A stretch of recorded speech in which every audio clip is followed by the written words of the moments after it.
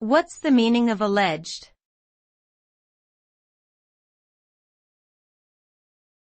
Alleged.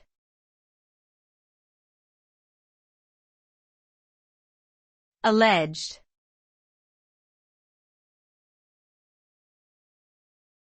Alleged.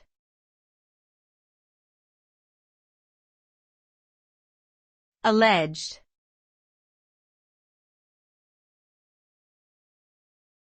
Alleged.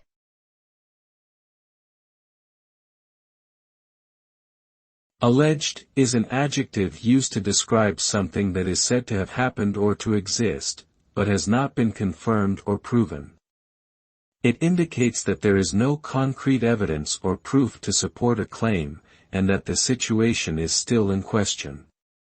For example, if someone is accused of committing a crime, they are referred to as the alleged perpetrator until their guilt is proven through a legal process.